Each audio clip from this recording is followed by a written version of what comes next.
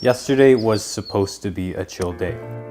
After a busy few weeks of graduating school, moving cities, carrying furniture upstairs, and detailing cars, all I wanted to do was sit on my new $300 couch from Marketplace and rot for the day. Then I got a call. It was my dad, and I knew that a call out of the blue from him could only mean one of two things. One, he's at the grocery store and wants to know if we need 42 cans of beans. He bought them anyways. Or two, I'm about to spend the next 13 hours of my life doing hard manual labor. Yesterday, it was the second one, but for some reason, something was different this time. So my dad pulls up in the driveway to pick me up, gets out of the car, tosses me the keys, and then just gets into the passenger seat without saying anything. And I never drive when it's just the two of us, so I knew something was up. But I got in anyways, and as I was pulling out of the driveway, I asked him, "Where are we going?" "Nina's house," he said. "What are we doing?" "Fixing her dryer." "Okay, but why am I driving?" And he looks at me dead serious and says, "I'm watching this video. I need to learn how to fix it before we get there." "You don't know how to fix it yet?" But his response here is what got me. He said, "No, but f it, I'll try." Dude, I know he didn't think much of it, but that conversation might have just changed my life. It's this whole idea of being a talker or being a doer. Because I think everybody admires and tries to be a doer, but the reality is very few people actually are. And I think there's a good reason why. Doing is a hell of a lot harder than talking. And there's a million stats out there that show it too. Just look at any of the data about New Year's resolutions and you see that most people fall off within a month, and then they'll try and cope by telling themselves it wasn't worth it or something more important came up. And that's bullshit. Look at your own life. How many times do you tell yourself things like, "I'm locking in," or "I'm deleting socials," and then you fold as soon as that motivation wears off? We all do it, it's just that talking is easy, doing is hard. But what if it didn't have to be? When I was driving to that dryer repair and my dad was literally watching a how-to video en route, I realized that it's not actually doing the thing that's hard.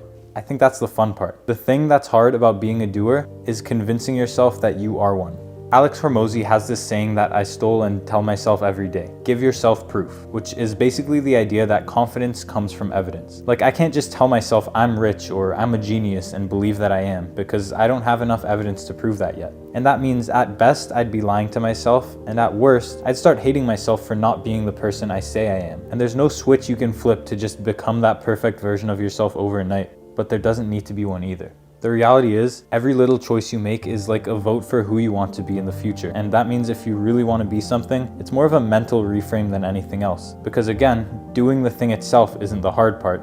The hard part is convincing yourself that you're the type of person who does things. And that's really what the whole secret is, if you can even call it that. Instead of putting all your time and energy into worrying about the thing, optimizing your productivity routine, and beating procrastination, I think you'd be better off figuring out why you even want it in the first place. And I only know that because for years, the thing I've wanted was to be a doer. I've always looked up to people like my parents who just wake up in the morning and get after it every single day. Or like, I'll spend my free time looking at videos of Khabib and all his MMA buddies training in the mountains for hours at a time, and for no reason other than just that I love the idea of someone having a goal and working their ass off until they've achieved it. But I never realized why I'm so obsessed with people like that until now. I'm obsessed because I know I'm already that type of person too. For better or for worse, I'm the type of person who refuses to half do things. Because I believe so deeply in my bones that anything worth doing is worth doing well. And I have enough evidence from my life to show that if I put my mind to something, I always will do it well. I'm not saying that to brag, but to show that there's actually a flip side to it. If anything worth doing is worth doing well, that means for whatever I want to do, I hold myself to such insanely high standards sometimes that it makes just starting feel like climbing a mountain. Like, it's embarrassing to say, but because the bar I set for myself is so stupidly high sometimes, I'll have days when just doing the bare minimum thing, like getting out of bed in the morning, feels like I just spent the night with OG Mudbum. I want to do everything, so I end up doing nothing.